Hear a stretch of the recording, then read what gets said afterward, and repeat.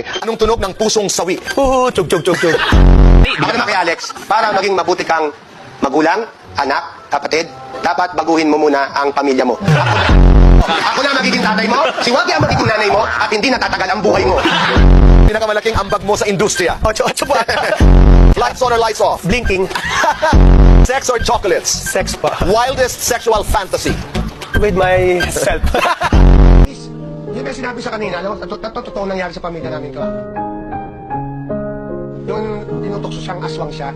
Ang nanay ko dati, talagang tinatawag na aswang. Sabi ko, Nay, ba't ba sinasabing aswang kayo? Alam mo, niyakap lang niya ako ng naikpit. Tapos naiyak siya. Tapos lumipad na siya. Si Muhammad. Bakit? Number 2. Bakit? Meron akong pinsan, taga Malabon.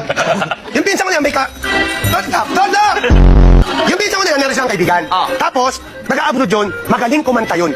Nung minsan, naliligo yun sa bahay nila, may nag-away na 2 lasing. Napalabas siya, hinabol siya ng lasing. Kasi hindi na siya nakita ng mga magulang niyo! Itong katanungan ko, hindi mo alam kung kanino ko ibabato. Pero magugulat ka na lang na sa kanya pala yung tanong na yun. Maestro, is that you, maestro? Ano ka ba? Tingin ko, singer yan.